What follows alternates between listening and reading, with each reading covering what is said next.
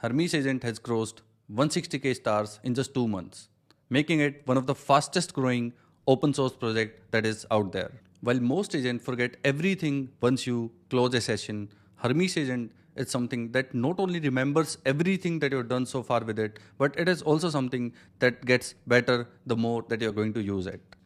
So if you're new to Hermes Agent and you've been seeing it around a lot and you want to get started with it, this is going to be a masterclass where we'll cover everything from self-evolving skills, how the three-tier memory system in Hermes Agent works, how the agent evolves itself using GEPA, which is basically a technique wherein without changing the model weights, you can improve prompts and get the best performance out of it. This is something that has been accepted in ICLR 2026, the GEPA paper. So we'll talk more about it once we get into the video. And finally, what I'm going to show you is how you can build not just one, but 3 agents that are going to work 24/7 for you. So the first one is going to be Neo, which is a programmer that internally uses your Claude code and does anything that you want it to do. Then we are going to build a deep researcher, which basically gets you the latest and greatest pulse or news that is happening in the AI and machine learning space. You can customize it to your needs as well. That's fairly easy to do. And the third agent that we are going to build is going to be a designer.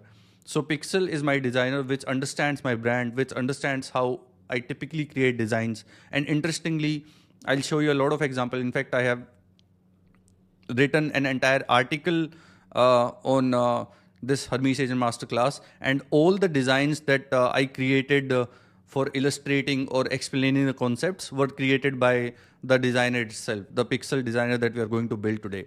So yeah, by the end of this video, you'll be able to reproduce all the work that I'm going to show you, and you can easily do it in just a few minutes. So without any further ado, let's get into it. So there are 2 ways to watch this video. If you are short on time, you can just skip to the get up and running section. I've divided the entire video into chapters. You can jump to the getting started chapter. The commands are going to work standalone.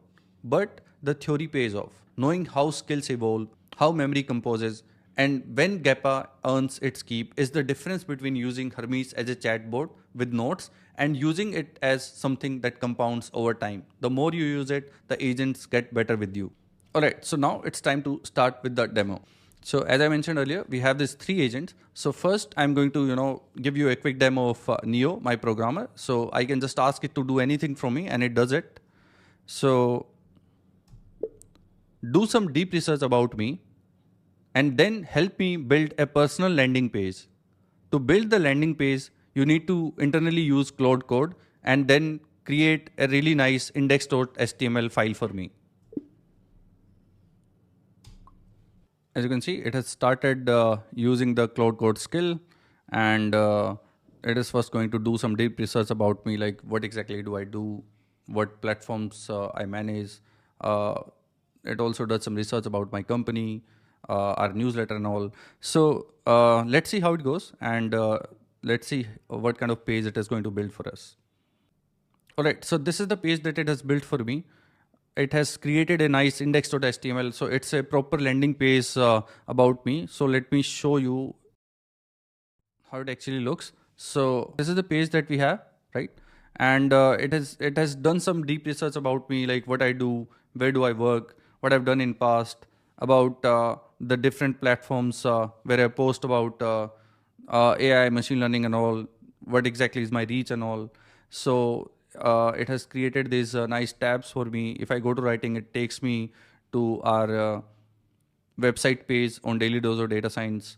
And then we have courses. So yeah, so it takes me to this courses page as well. Along with that, you can directly go to my GitHub. Then it takes you to the AI engineering guidebook that I've written. So which is pretty amazing. So this is just an example of what it can do. I mean, you can ask it to do even more complicated tasks. It has its own workspace. You can just, delegate it a particular task. I have configured it in a way that whenever you're going to, ask it to build a project, it is first going to create a plan, then ask you a few follow-up questions. And once the plan is finalized, when the spec has been logged in, then only it is going to, start working on a particular project. So it's like, having access to Claude code, but this is something that you can, delegate directly from your Telegram, and you can use it whenever you want, anywhere you are. Then we have our second agent, which is Pixel. It creates own brand designs for me. As I already mentioned, the article that I wrote, all the designs that were present in this were created by Pixel itself. I just gave it a few basic prompt on what exactly I wanted to do, and it had the entire context, and it created all these designs for me. So coming back, let me show you a quick demo of how it works. I want you to create a really nice hand-drawn diagram illustrating the prefill and decode phase in LLM inference. So it has picked up the right skill. This is a custom skill that I created for it so that it understands my own brand values, how I create designs and all. And it can quickly run from just a few examples. So what you can do, like let's say if you are trying to do the same, you can bring a bunch of your design, just throw it at those examples and ask it to fully understand it, and then create a dedicated skill so that it can do it in a consistent manner. So let's see how the design comes out. Okay, so now you can see the design is here, and it has created a really nice illustration on what exactly is the difference between prefill and decode phase. And if I can show you by saving this, let me do that. Right, look at this. So it's a really nice and clean diagram, and the best part is every time that you are going to ask it to create something similar or some other illustration, it is going to stick to those design principles, like what background you're using, what kind of illustrations or doodles and icons that you're using. So it will stick to that, all thanks to the skill that we created. Now coming back, the final or the third bot that we created is our deep researcher. So this is basically something that scans all the latest GitHub repositories, paper, some trending news in the AI and machine learning space, so that it can keep me up to date about what's happening in the world. All right, so before we get into memory skills and all the cool stuff, you need a basic picture of how Hermes is structured. So that is exactly what is being represented in this diagram that we have created here. And trust me, this is really, really simple. Everything flows through this single AI agent class that is part of a script run agent.py. You can run Hermes through a CLI, Telegram, a batch runner, or an ID. All of them are entry points into the same core agent class that we just talked about. And this is what makes the platform agnostic story actually work. And second, it works with almost any model. A translation layer that you can see here routes any provider through one of the three API formats. That's why you can easily swap between Claude Code, GPT, and Gemini, and even you can work with local models using Ollama as well. So nothing is going to break in that case.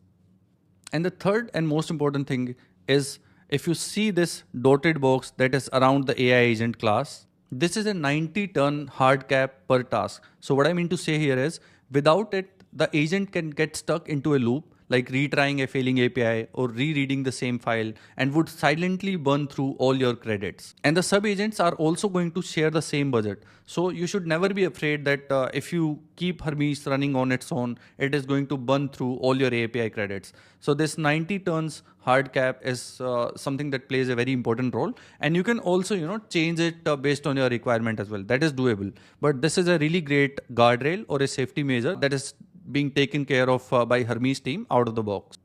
And inside this AI agent class, basically what happens is we run a React loop where we think, act, and observe, typically how an agent works. So it's fairly simple. Just keep all of these things in mind. And now you know like from where you can use Hermes, and what all providers you can use it with, what kind of safety measures are being taken care of. So we don't want to dig into all the details of everything, how they work, but I just want to give you a broad picture of how it actually works under the hood. And in case if you need to understand a few things or customize a few things, you can easily do that. So before we get into memory and skill, there's a layer that sits above both, which is called as identity. And this is something that we store in the stole.md file. So the root Hermes folder always has a sol.md file. So a sol.md file is basically telling the agent like what exactly it is, what is its persona. So think of it like this. Memory is something that the agent knows. Skills are how the agent does things, but neither one of them tells who actually the agent is when it shows up to work. So without this identity layer, every agent feels like the same agent wearing different hats. And as I mentioned, sol.md is something that lives inside the .hermes folder, the root folder where you have created your agent. And it is something that occupies the slot number 1 in your prompt, system prompt, right? So this is something that sits at the top of the system prompt of the agent. And after that, slot 2 is memory. And then the slot 3 is skill files, all the skills that you have provided your agent. And finally, in the slot 4, we have the conversation history. An important thing to note about sol.md is like this is something that you write once, you tweak it over time, and it stays consistent across every project and every session that you're going to work with. And finally, to summarize, sol is the fixed frame. Memory and skills are the moving part because memory is going to change, skills are going to evolve and all. Everything the agent does later, the memory writes it, the skill creates it, and the way it consolidates knowledge happens through the lens of sol.md. And that's exactly what this feedback arrow on the right is representing. So every time when something happens, sol.md is something that is going to sit at the top of the system prompt, and rest of the things are going to happen based on this personality that you give to your agent. All right, let's talk about memory now. Hermes does not have a single memory layer. Actually, it comes with 3 memory tiers and each designed for its own purpose. So the tier 1, which you see here sitting at the top, it consists of 2 tiny markdown files, the memory.md and the user.md.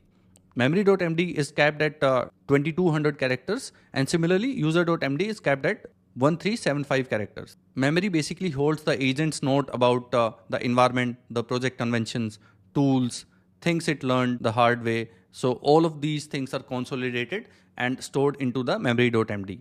Similarly, user.md that we have here holds your profile, like your name, your communication preferences, your skill level, things you would want to avoid. So all of those user preferences are stored inside the user.md. This is basically done to give you a more personalized experience. So both of these files get ingested into the system prompt as a frozen snapshot when the session starts.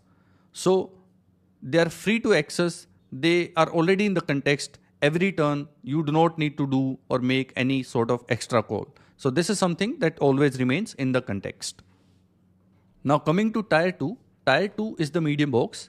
Every single conversation that you have on the CLI or on Telegram or wherever you want to do it gets stored into an SQLite database, which has a full text search enabled. So even if you want to search through a few week old chat, that is totally searchable and it happens on demand. The trade-off is clear though.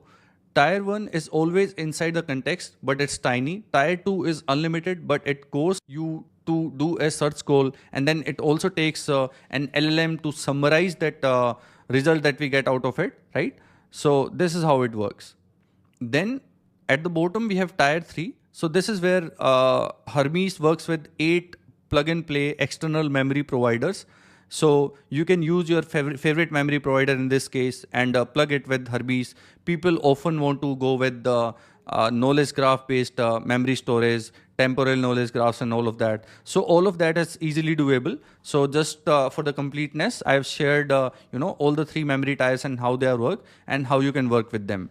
In the description, I'm going to share links to all the documentation so that you can understand more about, let's say, if you want to integrate an external memory source, how you can do that. So that's fairly simple. This is how the memory system or the 3-tier memory system in Hermes agent works. So the bottom line here is critical facts live in memory. Everything else is searchable, and you store it, all the session and everything that happens in SQLite database, which is searchable. And when you need deeper persistence, you can bolt on any external provider. So that is the theme of how the memory works. So before we talk about self-evolving skill, I want to give a quick introduction to what skills are and how they work. So memory is something that handles facts. Skill is something that handles procedures. Hermes has a mechanism of self-evolving skills, which is something that generally does not exist in any other open source agent that is out there. So before we talk about self-evolving capabilities, I want to give you a quick introduction about what skills is and what exactly is the progressive skill disclosure mechanism and why do we need it. So to understand skill is just a markdown file, right? And it starts with a YAML front matter that contains the name of the skills and the description of what it does. So what the agent does is, Instead of, let's say you have created hundreds of skills, it does not mean that you are going to load all of those skills inside your context, because then you are going to, it is going to cost you a lot of money because you're using a lot of unnecessary tokens, because maybe you just need 2 skills. There's no use to, load the remaining 98. So in that case, what happens is at level 0, when the agent is working on a particular task, it loads the YAML front matter of all the skills that are available to it. So this is just this small part that we have here. And then based on that, it understands which is the relevant skill for a particular task that it is currently doing. Once that is identified, what it does is at level 1, it is going to progressively disclose the rest of the body of the skill. So this is the procedure, pitfalls, and verification, all the things, what exactly the skill does or what exactly it is supposed to do.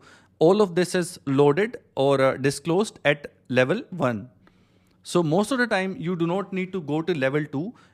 Within level 1, the agent understands what exactly it needs to do, and then it takes care of the task. But let's say sometimes skills also have references to other scripts or other, let's say, design principle, some of the things that are more important to you. So all of those things are stored inside references and scripts. So once the skill is fully loaded and agent feels that, okay, it also need to refer a particular script or run a particular script to actually execute the particular task, or then only it is going to load all these references and script. So this is how the progressive skill disclosure works in Hermes agent.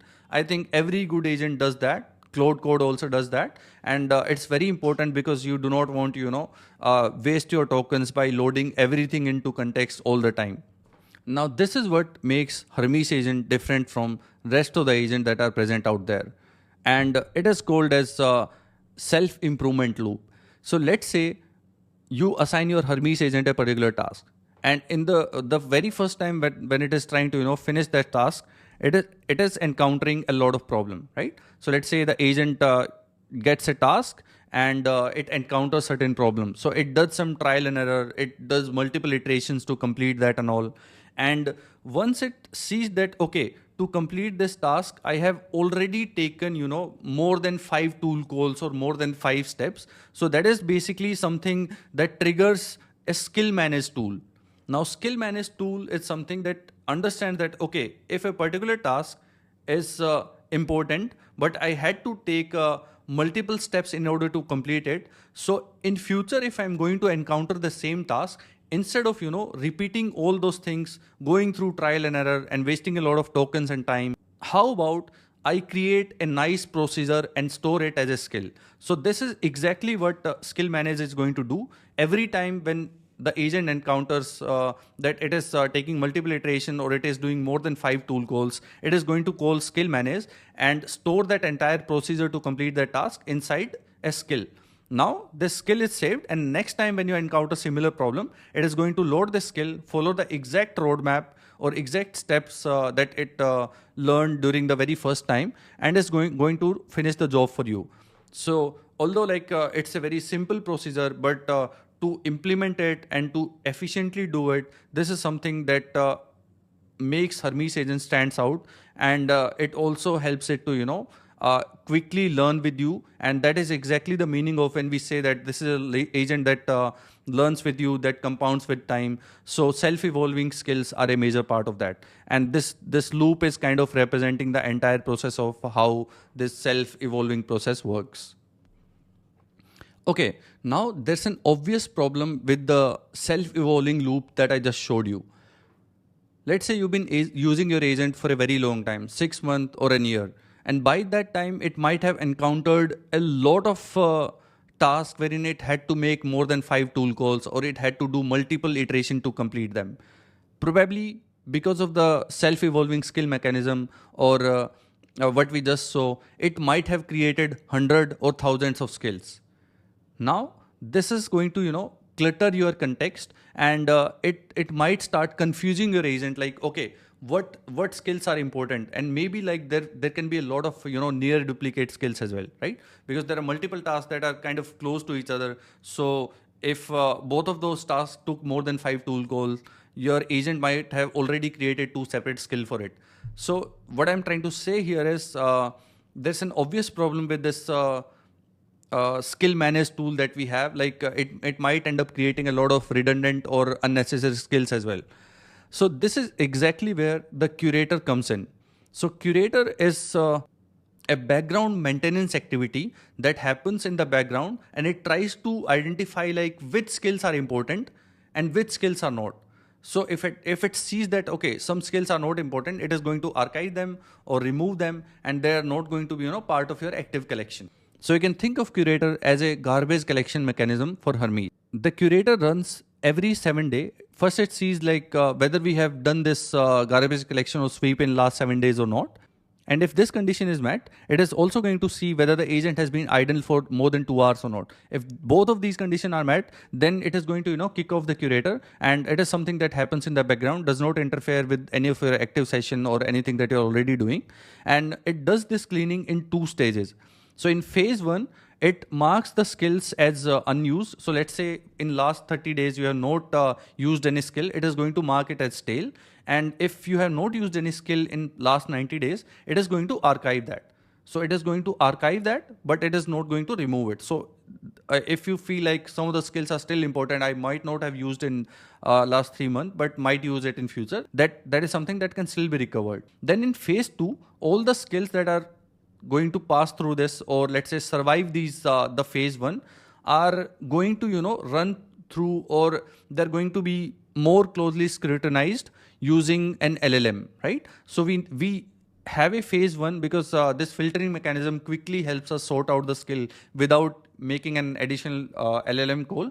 But in phase 2, we are actually going to use an LLM to identify like whether a skill is important or not, whether 2 skills are, let's say, near duplicate or not. So this is where it decide whether to keep those skills, whether to pass them. Maybe we need to update them based on certain new conditions that we have seen, or whether we again need to archive them because they are kind of useless at this moment. And the consolidation step is again very important. Let's say there are near duplicate skills. There are 3 skills that are kind of doing the similar task. So it is trying to consolidate them and merge them into a single skill whenever it's possible. That said, it has a really nice safety mechanism.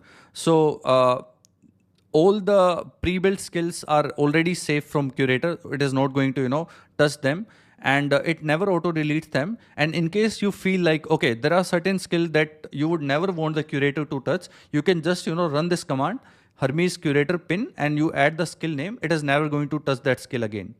Yeah, so that's how the curator works. It's a very important thing that you understand it and that you know it. And in case you want some of the skills to be fully protected against it, you can use this curator pin.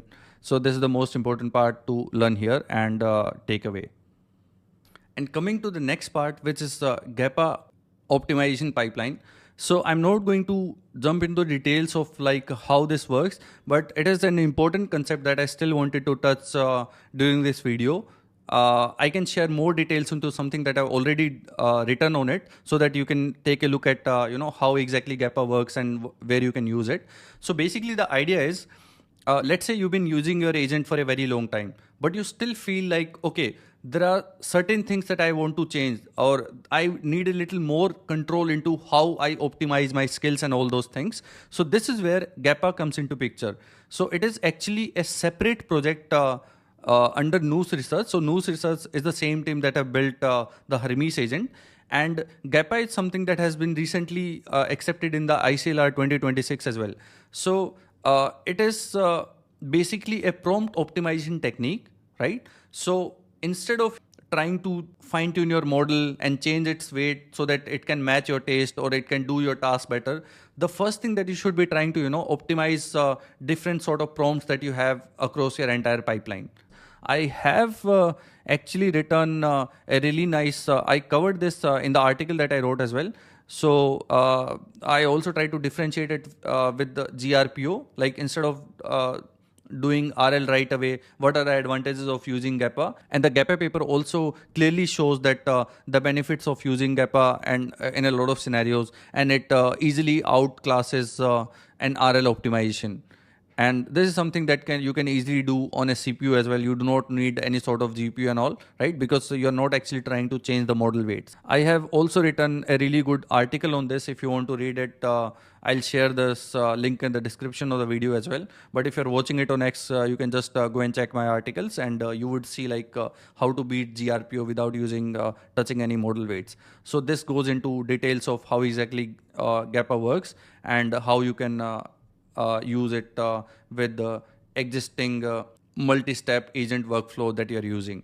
So now that we've covered all the theory and all the fundamentals of what an Hermes agent is, it's now time to jump in and get up and running with your own agent. So we'll go through the entire installation setup process. We are going to create multiple profiles, add custom skills, and then use all those agents from Telegram.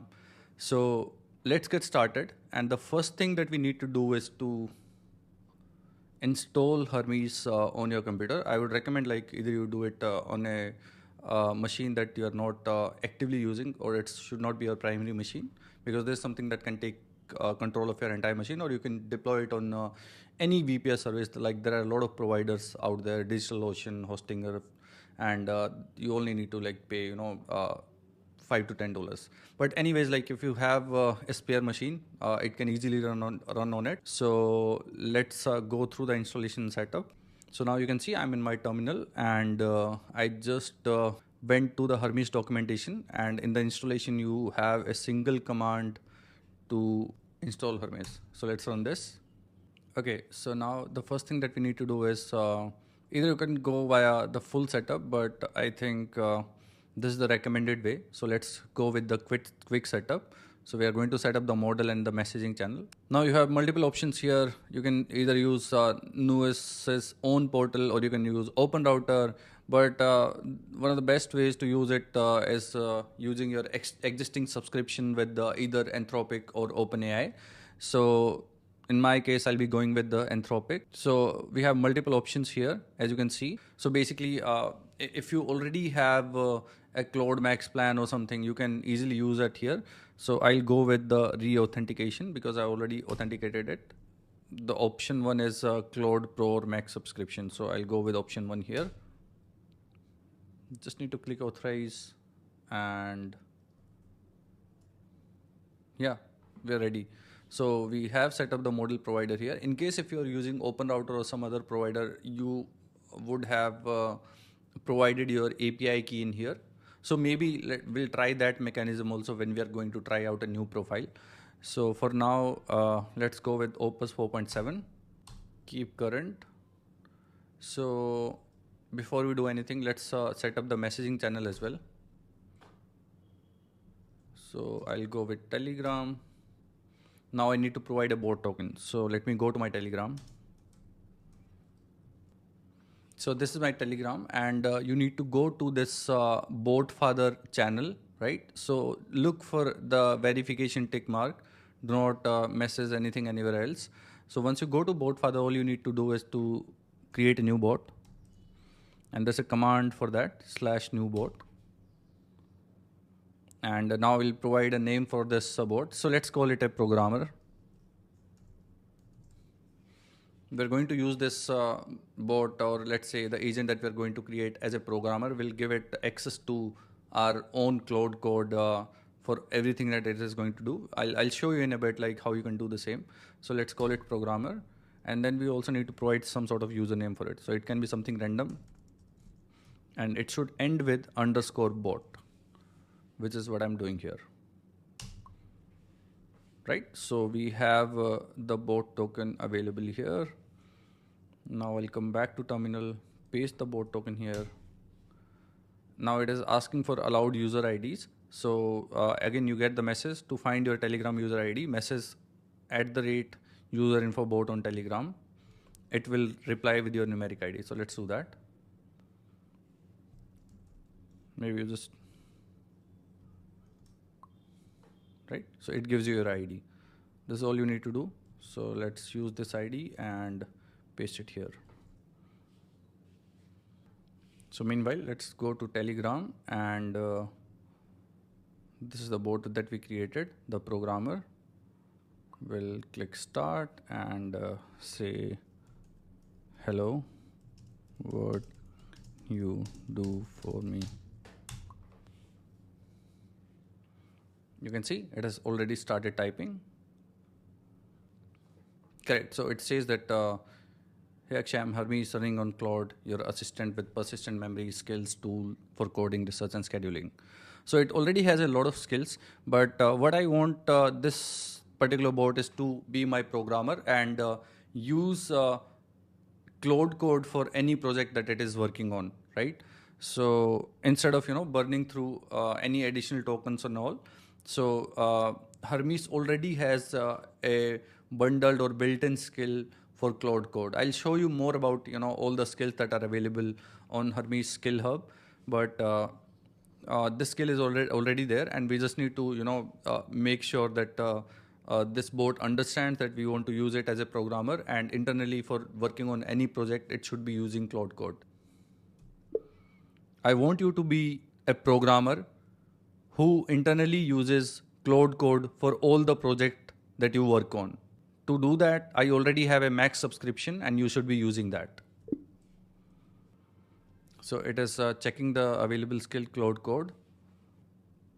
Now it says that Claude code is installed and authenticated with the Claude Max plan. So there are a couple of things it is going to ask. So it has already saved this inside its soul.md, what it is supposed to do and all. And now there are two modes that you can use Claude code with. Either there's one short task wherein you just specify a task, Claude code runs in the background, it does it for you and finally returns the result. Or you can use it in the exploratory manner or iterative and exploratory work.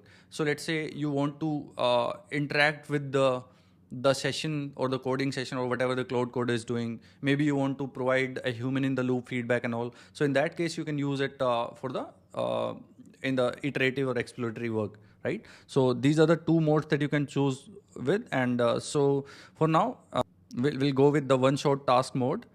Along with that, I just wanted to specify a couple of more things. So let's say you want to add more skills to your Hermes agent. So actually this is an official skill hub for Hermes agent. So your agent already comes with the 89 built-in skills. So, and then there are a bunch of optional skills, and then there are a lot of community skills as well. So if I go here on terminal, I'll also show you the entire project structure of how or what the anatomy of a .hermes folder is. We'll see that as well. But as you can see, it already has a lot of built-in skills. Let's say there are a lot of skills for if you're in the Apple ecosystem, and then there are a lot of skills for creative work, DevOps, and gaming. So these are here, and these are all the 89 skill that they're calling as the built-in skill, because every time that you're going to install Hermes, it will make sure that it has all these skills already bundled in. So now if you want to add some additional skills, you can directly search about them here. So for example, before searching, I would recommend like you can go through all these categories, like whatever is your area of interest. Now you already have Claude code set up for you. And let's say you are again, want to build a really good coding or software development agent. So in that case, you can go to these skills. A lot of them are already installed and bundled, and you do not need to separately install them. But there are a few like, okay, so there's this skill called AWS Guru. Like if you're actively working with AWS, this is a skill that can help you answer all the questions about AWS. And maybe, it can help your agent understand more about, let's say if it is stuck in a task, if it wants to create a new instance, work with it and all. So it can use all those skills in combination with what we already have as Claude code. And that is totally subjective to whether you want to do some creative task. If you are in a finance domain, and then there are a lot of skills in finance, you can easily combine it with, again, Claude code, or you can use them independently. It's fairly simple. You just need to, go here, copy this command, and then just go to terminal and run this skill, right? So it is going to add it as one of the available skill with your Hermes agent. And if you want to interact with your agent from the CLI, you just need to type Hermes, and it is going to, start everything for you. So you can interact with it from here itself. And instead of going to skills hub, you can also check like what are all the skills that are available. So you can browse through skills, you can search for skills, inspect and install them. So it's fairly easy to do it from the terminal itself, and you can also do it from the Telegram as well. So now that you understood like how to create a Hermes agent connected to Telegram, now if you want to go from, let's say, so this is a programmer, now you want to build a designer. So, and the designer and programmer should be, two separate profile and should work independently, should have their own board. So that is something that we're going to see next. So in order to do that, all you need to do is, so in this case, we are going to create a new profile or a new agent, and we are going to call it as a designer. So you just need to run this command, Hermes profile create designer. So now it says that it has already created a profile, but we still need to, set up its model and all those things. So it says that you can, customize this. So all you need to do is to, run designer setup. So again, it is going to take you through the designer setup process. We already done that. I'll quickly show you again what you need to do. First, you need to, select a model provider. So in this case, instead of going with the cloud code, we are going to select open router. I need to provide my key for open router. So let me pull that and paste it here. And now you can select any model that you want to use. So I would recommend going with the Kimi K2.6, which is a great model, and it does not cost a lot, and it kind of gives you, Opus level performance at a much cheaper price. Quickly set up the messaging as well. So created a new bot called a designer. We'll post the bot token here, and we'll use the same user ID that we have here, and we are all set. So our designer is also ready. So now I want this designer to be able to understand my design styles and be able to create similar design going forward. So what we are going to do is we are going to create a new skill for it. So I've shared these 4 images with the agent. So this is a good example that we have here. So we wanted to have some good hero text here, create a nice graphic and create a doodle. So these are some of the design principles that I wanted to capture. I've provided an example of multiple banners, right? The 4 that you can see here. And based on that, I wanted to, understand my design style, like what kind of text I'm using, what kind of graphics I'm using, what kind of background I'm using, and then wanted to, create a dedicated skill for reproducing this work in future as well. So let's go back to our Telegram bot. As it says that it has fully understood all of these images, like what exactly they are doing, the design principle. I want you to carefully understand and analyze the design principle that is being used in creating these banners. All of these have an aspect ratio of 5:2. And I want you to create a dedicated skill for banner generation that is inspired from these examples that I already shown you. You can add these 4 examples as a reference for your skill. And in order to generate the image, first we are going to use Opus to write the prompt for image generation model. And then you already have open router key, and we'll be using Google's Nano Banana Pro. So write a script for, once you have written the prompt for generating the banner for a particular task, then we'll be using that script to make a call to Nano Banana Pro, and then you generate the banner and send it back to me. So create a dedicated skill for that, so that I can, repeat this procedure and use it again and again whenever I need it. So I have provided kind of a detailed instruction on what I wanted to do with all these example images. So now it is taking care of all of that, and hopefully it will create a new skill for us. So it is giving some peek into like the design analysis that it did. The format and canvas 5:2 aspect ratio, the topology, illustration should be hand drawn, the color palette like warm cream background should be there, and yeah, so the composition rule and all. So it is kind of distilled down the design principles that it captured from the example images, and now it is going to work on that and add it to the skill that it is going to create for us. All right, so it tested the generated skill. It has already created it, and it created this design for me, which is pretty much similar to the examples that I gave it. So it did a great job, and internally, like, it has created a skill. Will go through the anatomy of the entire Hermes folder as well. But before, let's quickly test it out. I'm writing an article on speculative decoding in LLMs. Help me generate a banner for that article. So there's actually something that I'm going to work on. So I'm asking it to, if it can create a good design for me. Let's see how it goes. So the name of the skill that it has created for us is hand-drawn banner.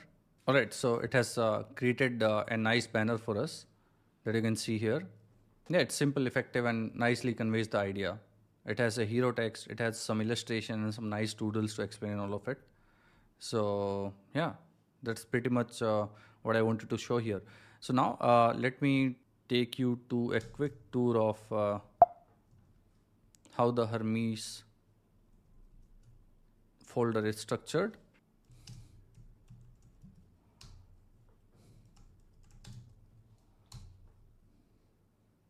So this is the anatomy of the .hermes folder. All the things that are important, you can check them here, like the sol.md is here. So this is the sol.md for our primary agent, which is our programmer. And then we have this folder created for profiles. So since we created designer as a separate profile, so it is here. And it has its own sol.md, right?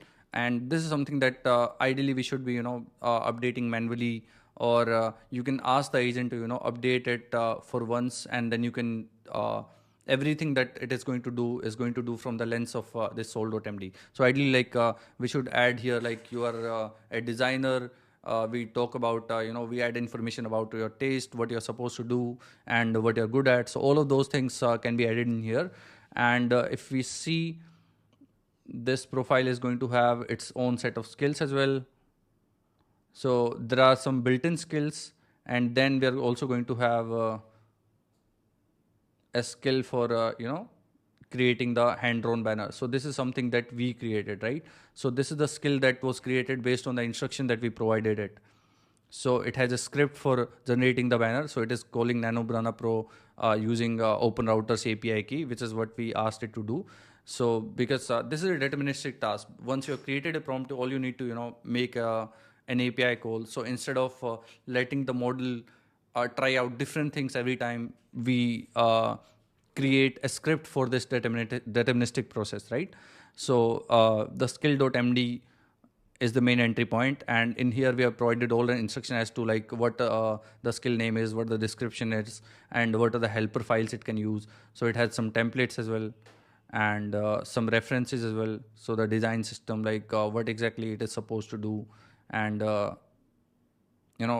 background color, how the heading should look like, and stuff like that. So these are all the references, and in the assets, it has stored all those 4 images that we had, right? So these were the 4 images. So it has all those reference images in the assets. All right. So I mean, we did not have to make a lot of effort to create the skill. We just need to prompt the assistant in the right manner, and it use its internal skill create system to create a new skill for us that we can use over and over again. So I recently posted about this on my X as well, about the anatomy of .hermes folder. So one thing that I wrote here is, you won't manually edit most of these files, but knowing this layout means you understand exactly where identity, memory, skills, automation, and the state lives, and how they're connected to each other. So it gives you a lot more idea into, like, how the Hermes agent and how everything inside it is structured. Like, you have configuration file, then your knowledge file, which is your memory and all. Then you have your skills, which is basically your capabilities, what the agent can do. Then there's runtime state, automation, extension. So you can, it has a /cron folder as well for all your cron jobs. So you can come and take a look at it and maybe modify it as per your requirements.